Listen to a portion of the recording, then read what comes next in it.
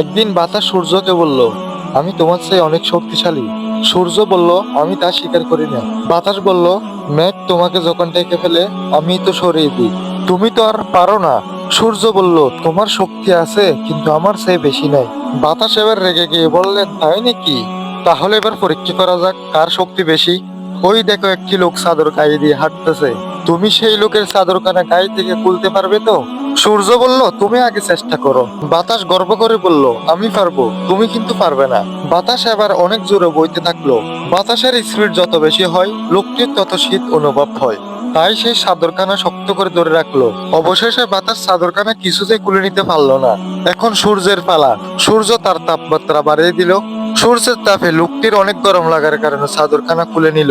তখন বাতাসের আর লজ্জার সীমা থাকলো না। তাই কখনো ক্ষমতার বড়াই করা ভালো না। সব ক্ষমতা সব জায়গায় খাটে না।